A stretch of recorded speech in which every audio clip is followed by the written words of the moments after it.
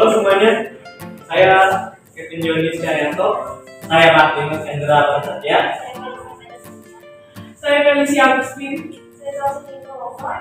Pada kali ini kami akan membahas tentang dampak kebijakan Orde Baru bagi bidang politik, ekonomi, sosial, dan budaya. Selamat menyaksikan.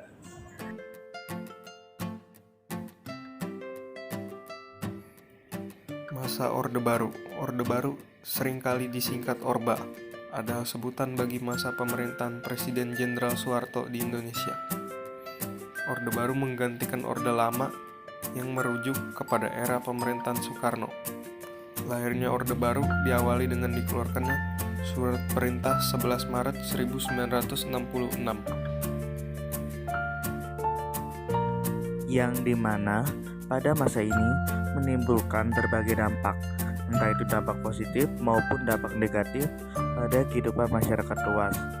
Adapun hal itu meliputi dampak dalam bidang politik, ekonomi maupun sosial budaya.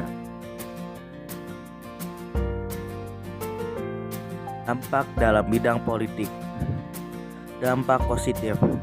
Pada masa Orde Baru, berhasil mengadakan pemilu untuk pertama kalinya di Indonesia dan adanya pembentukan ASEAN, yaitu organisasi regional bagi negara-negara di kawasan Asia Tenggara.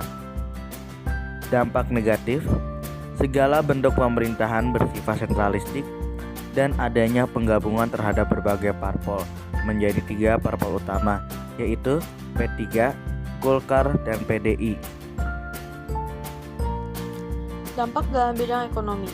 Dalam masa Orde Baru, terdapat beberapa peraturan yang dikeluarkan pada masa Orde Baru, yaitu 1. Menerapkan anggaran belanja berimbang atau balance budget. 2. Menerapkan kebijakan untuk mengekang proses ekspansi kredit dalam usaha sektor.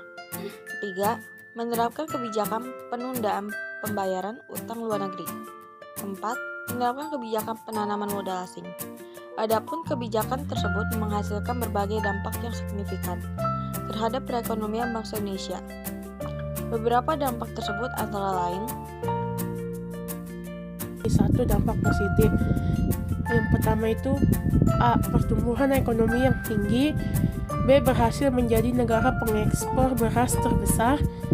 C. Penurunan angka kemiskinan dan perbaikan kesejahteraan rakyat.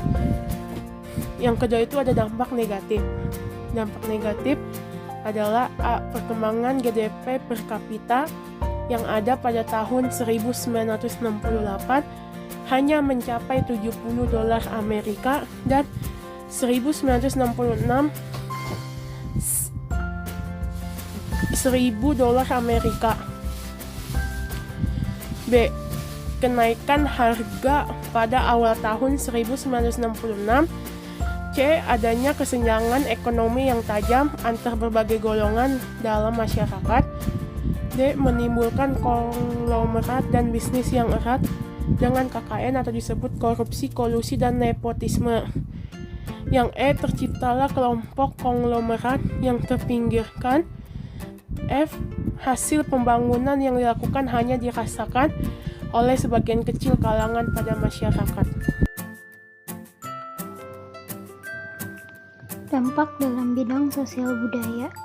Dampak positif, adanya program KB, penurunan angka kematian dan meningkatnya angka partisipasi pendidikan dasar. Produktivitas, pemerintah mengontrol masyarakat. Dampak negatifnya, terjadinya kesenjangan sosial dan meningkatnya tingkat kemiskinan di Indonesia. Pengawasan terhadap organisasi mahasiswa dan media sosial. Adanya rasisme yang semakin tinggi terutama pada budaya Tionghoa. Adanya sikap etnosentrisme. Kesimpulan yang bisa kita ambil yaitu pada masa Orde Baru banyak menimbulkan berbagai dampak yang signifikan terhadap masyarakat Indonesia. Sekian dari kelompok kami. Terima kasih.